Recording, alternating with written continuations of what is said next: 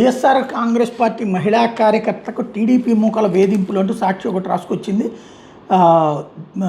ఇది వైఎస్ జగన్ సీఎంగా ఉన్న సమయంలో వాలంటీర్గా పనిచేశారు. చంద్రబాబు ప్రభుత్వం ఏర్పడగానే ఆమెపై టీడీపీ మూకలు వేధింపులకు దిగారు. దీంతో ఆమె 22 సార్లు పోలీసులు రాతపూర్వకంగా ఫిర్యాదు చేసిన ఒక్కసారి కూడా కేసు నమోదు కాలేదు. పైగా ఆమెపైనే స్టేషన్లో ఫిర్యాదు చేశారు.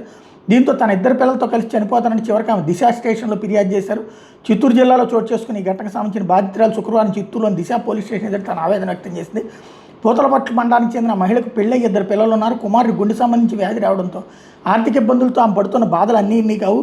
అయితే వైఎస్ఆర్సీ ప్రభుత్వంలో గ్రామ వాలంటీర్గా ఉన్న ఆమెకు కూటమి ప్రభుత్వం వచ్చాక స్థానిక టీడీపీ నేతల నుంచి వేధింపులు ఎక్కువై ఆపై వైఎస్ఆర్సీపీలో చేరిన ఆమె ప్రస్తుత పంచాయతీ మహిళా విభాగం ఉపాధ్యక్షురాలుగా ఉన్నారు. ఓ ప్రైవేట్ కళాశాలలో పనిచేస్తున్నారు. టీడీపీ చెందిన నాగరాజు ఆమెను రోజు ఫోన్ చేసి వేధించడం ప్రారంభించారు. అర్ధరాత్రి వీడియో కాల్ చేసి అతను ప్రైవేటు పాటలను చూపిస్తూ అసభ్యంగా ప్రవర్తించేవాడు. పిల్లాడికి వైద్యానికి డబ్బులు కావాలని తన వద్ద వచ్చి పడుకోవాలంటే నిస్సిగ్గుగా మాట్లాడేవాడు. ఇక ప్రతిరోజు నగ్న వీడియోలు ఆ మహిళకు పంపిస్తూ వేధించేవాడు. అతని నెంబర్లు బ్లాక్ చేసినప్పుడు కొత్త నెంబర్ల నుంచి వీడియోలు పంపేవాడు. నాగరాజుతో పాటు అతని గ్రామానికి చెందిన రవి, నరేష్, వేణు అనే ఈ ముగ్గురు సైతం ఆమె వేధింపులకు గురి చేస్తున్నారు.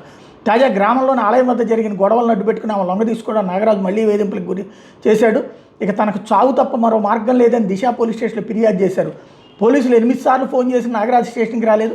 తమకు టీడీపీ ఎమ్మెల్యే అండ ఉందని పూతలపట్టు సీఏ చూసుకుంటాడని పోలీసులు చెప్తున్నారు తప్ప స్టేషన్కి మాత్రం రావడం లేదు.